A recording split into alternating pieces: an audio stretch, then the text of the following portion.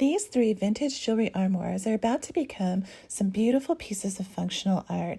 I am launching my Sonoran Desert Jewelry Armoire collection, inspired by the beautiful scenery of the Arizona desert. But how do you actually turn a piece of flat vintage furniture into a raised relief desert landscape?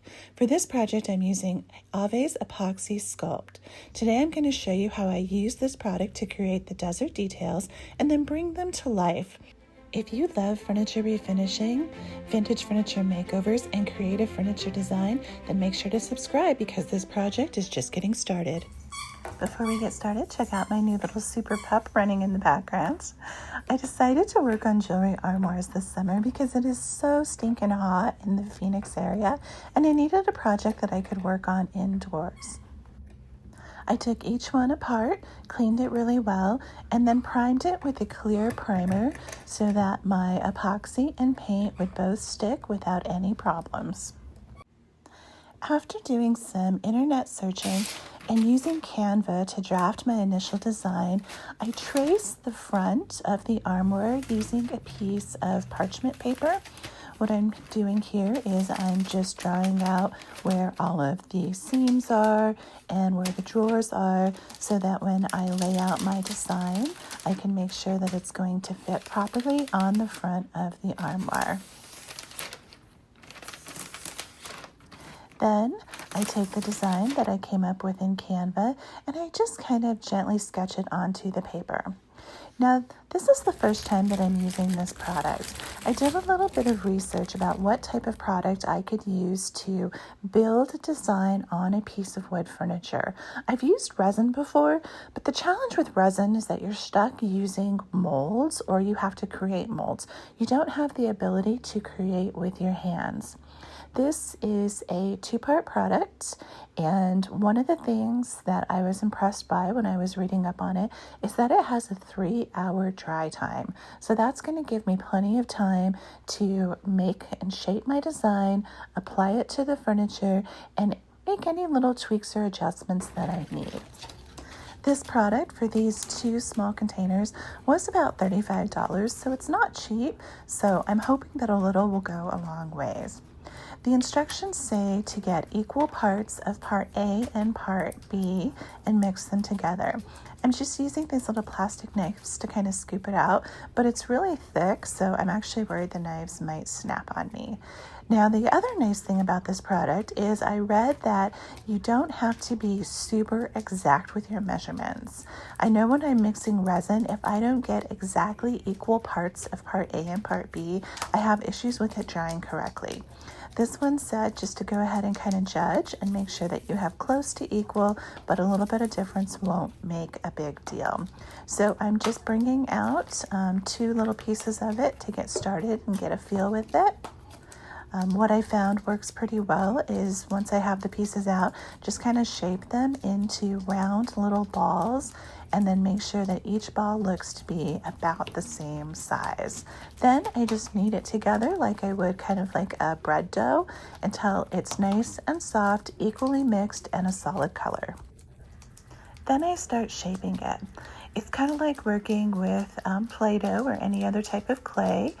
And it does not have a strong smell, so it's a good product for using indoors, even though I do have a fan running in the background for some ventilation. So now I'm just kind of playing with it and trying to shape my prickly pear cactus pads. I chose prickly pear as my first Sonoran Desert design because it's a very simple cactus, and I think it will be a good starting point for me to learn how to do this technique and learn how to use this product. I do need to get one of those little rolling pins like you use for fondant, but I'm just using some of the clay working kit that I got. I will put a link with all of my products in the description. And I found that having a little tube of Vaseline is really great because that helps if my fingers, gloves, tools are sticking to it. And also if it's too sticky, you can just let it sit for like maybe 15 minutes before coming back and working with it. So I discovered that I didn't make enough for the design that I'm going for. So I went ahead and got a little bit more of it, got 2 equal parts, and then I just mixed it all together again. So I have more of the clay to work with. All right. Using the template on the parchment paper that I created to kind of shape this first prickly pear pad. The other nice thing about prickly pears is they're not perfectly smooth. They have little dimples in them, so I can do this with my fingers and it's going to give me a really nice shape. So if you've been watching my channel, you know that I love infusing botanical and plant-inspired designs into my furniture refinishing. I'm not exactly sure where or how I got this idea. I was just kind of playing around with what is something that I can do indoors, what is something I can do with jewelry armoires, and so many people decoupage or put transfers on them and make them really elegant. And I wanted something that was a little bit more grounded and a little bit more nature inspired. So I hope this set turns out gorgeous, and I hope that you love them as much as I love the idea of them. So now what I'm doing is I'm using this little plastic tool to go in and create the illusion of the little cactus spikes. This is what's going to give it some texture and realism. Anytime I mess up, I can just go back in and smooth the clay down and start over.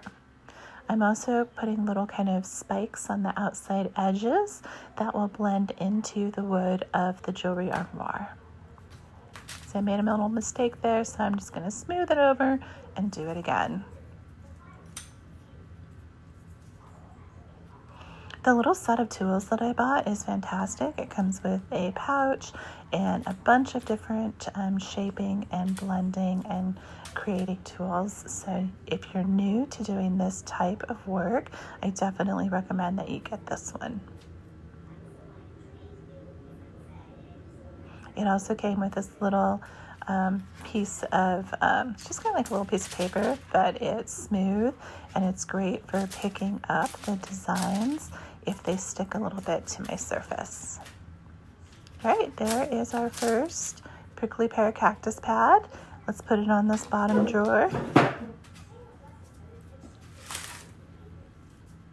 And just kind of referencing the picture that I created in Canva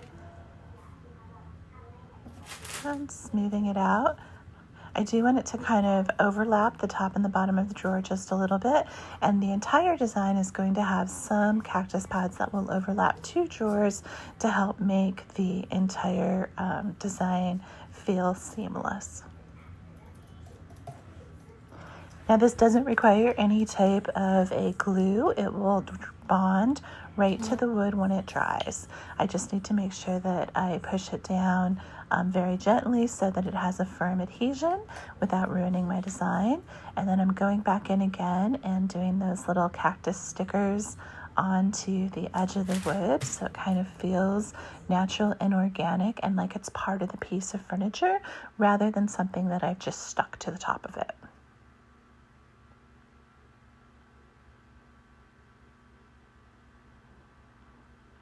Making my little cactus spikes a little bit bolder and then going in and adding a little texture.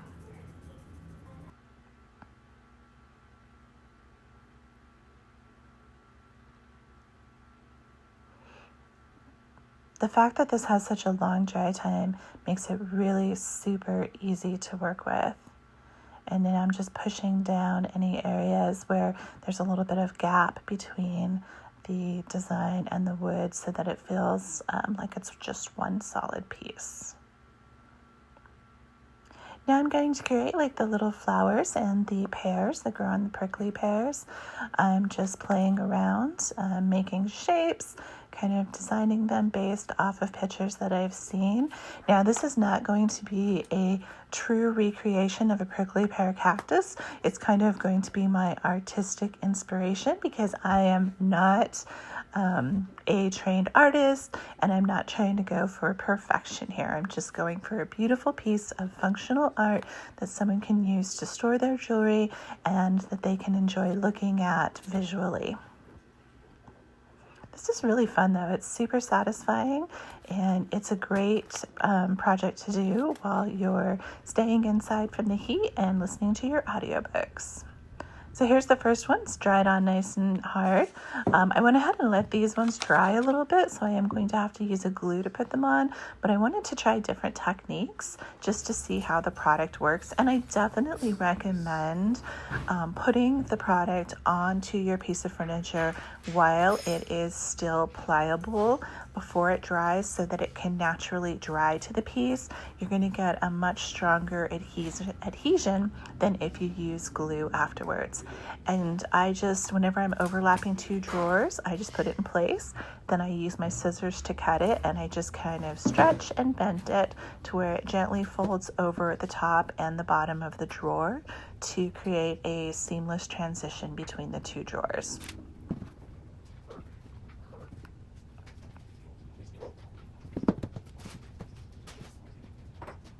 And I just keep adding and letting my little plant grow organically up the front of the armoire.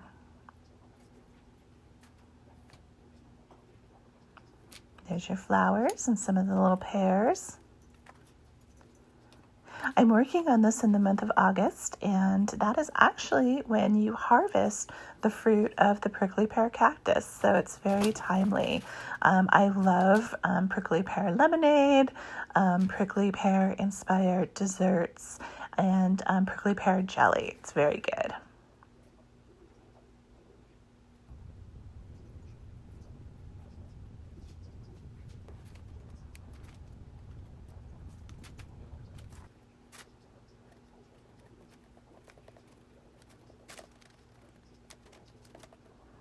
There we go. We're getting close now to having the design.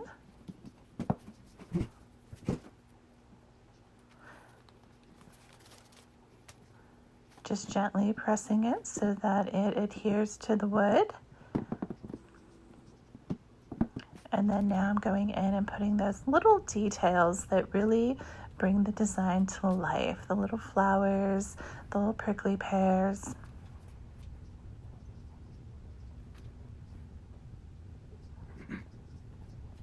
Now, I recommend when you're using this product just to do a small amount at once. You don't want to mix enough of the clay to do your entire design, because it does get a little bit more difficult to work with as it dries.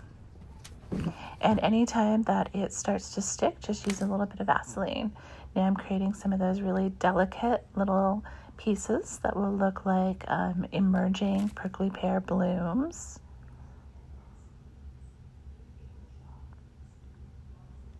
A little small one.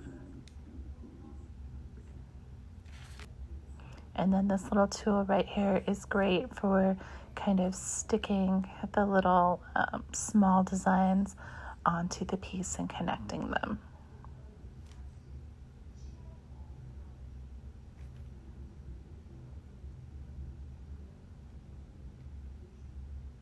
You want to make sure that enough of your clay has contact with the wood that it will dry hard and solid and won't easily come off.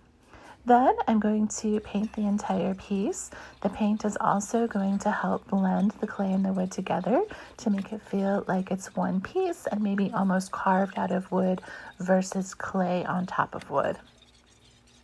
I'm using this nice kind of soft sage green for this first project, and the interior of the jewelry armoire is a deep velvet emerald green.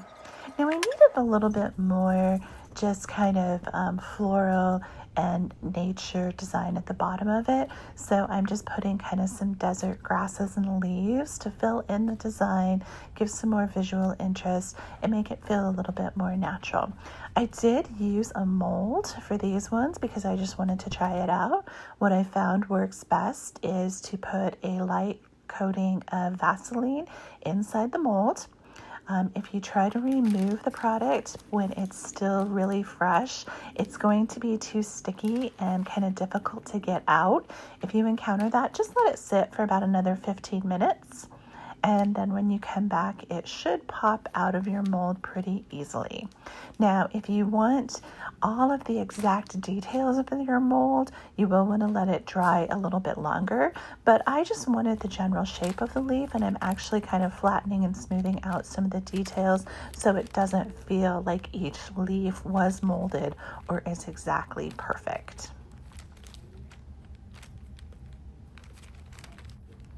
Now, I didn't sketch out or mock up this part of the design, so I'm really just kind of putting them on kind of like I think nature would, and letting them lay across the bottom of the cactus.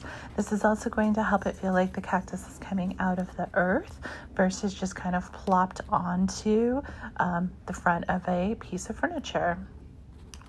Also kind of covering up that bottom of it there with some of these leaves, just little desert grasses that would grow naturally on the ground.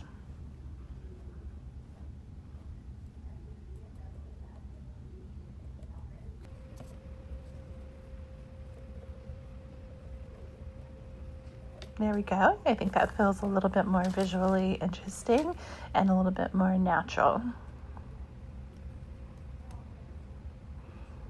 And then I'm just kind of shaping the edges of them so they're a little bit more pointed. A lot of Arizona desert landscaping is thin and narrow. And then coming in now, once everything has thoroughly dried, and covering it with the same green paint.